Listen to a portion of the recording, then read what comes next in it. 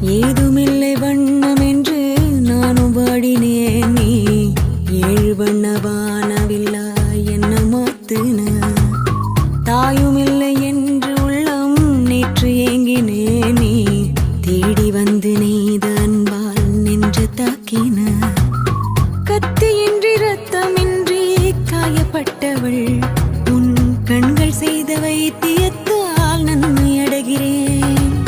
மிச்சமின்றி மீதமின்றி சேதப்பட்டவள் உன் நிழல் கொடுத்த தைரியத்தால் உண்மை அறிகிறேன். உப்பு கல்லு தண்ணீருக்கு ஏக்கப்பட்டது.